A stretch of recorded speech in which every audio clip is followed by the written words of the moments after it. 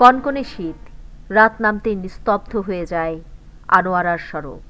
ঠিক সেই সড়কের পাশেই মানুষের চোখের আড়ালে ফেলে যাওয়া হয়েছিল দুই নিষ্পাপ শিশুকে। একজনের বয়স 4 বছর, আরেকজন মাত্র 14 মাস। ভাইকে আগলে ধরে কাঁদছিল ছোট্ট আয়েশা। কাঁদারও শক্তি ছিল না বাক প্রতিবন্ধী শিশু মোর্শেদের।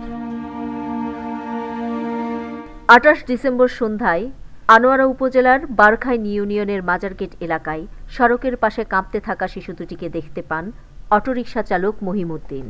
মানবিক তাড়নায় নিজের ঘরের উষ্ণতা খুলে দেন তিনি। শীতের রাতে আশ্রয় পান ফেলে যাওয়া দুই ভাই বোন। এই হৃদয় বিদারক দৃশ্য মুহূর্তেই ছড়িয়ে পড়ে সামাজিক যোগাযোগ মাধ্যমে। নড়ে চড়ে বসে প্রশাসন।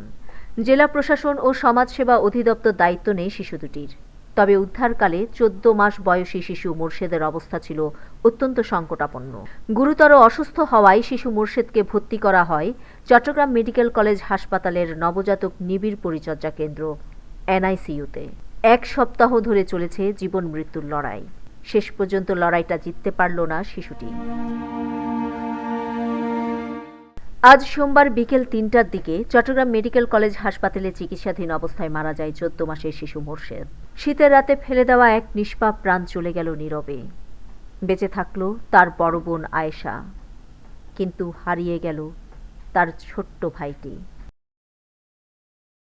নিউজ ডেস্ক, দৈনিক পূর্বকোণ।